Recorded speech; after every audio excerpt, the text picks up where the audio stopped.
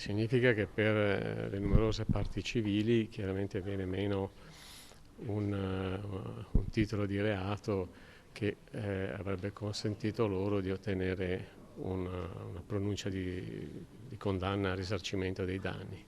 19ª udienza del processo a Vincenzo Consoli per il crack di Veneto Banca. Da domani dei 3 capi di imputazione di cui è accusato uno verrà meno, quello di aggiotaggio.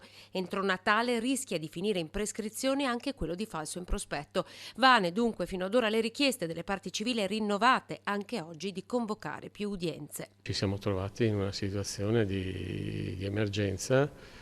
Io è da oltre un anno che sto facendo anche le funzioni di capo dell'ufficio con tutti i conseguenti adempimenti. Le risorse che abbiamo sono assolutamente insufficienti, anche per quanto riguarda i magistrati.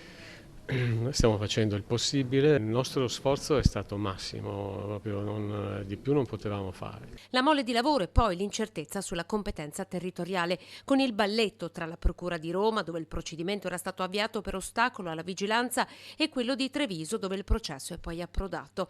Deluso il PM Massimo De Bortoli, che questa mattina ha parlato anche di sconfitta dello Stato. Il fallimento dello Stato è il fallimento della Procura della Repubblica di Roma e il fallimento della Procura della Repubblica di Treviso e se ne assumono le responsabilità. Cosa cambia se il reato di aggiotaggio va in prescrizione?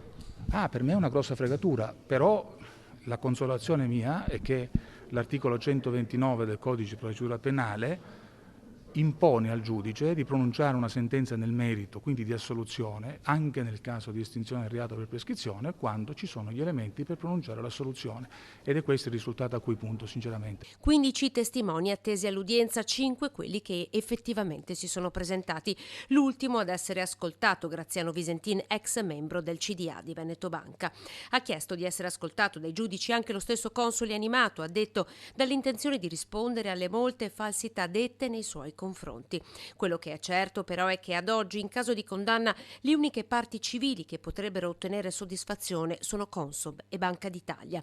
L'ultima speranza per i risparmiatori nella richiesta di rinvio a giudizio per il secondo filone del processo, quello che sostiene l'ipotesi di truffa aggravata.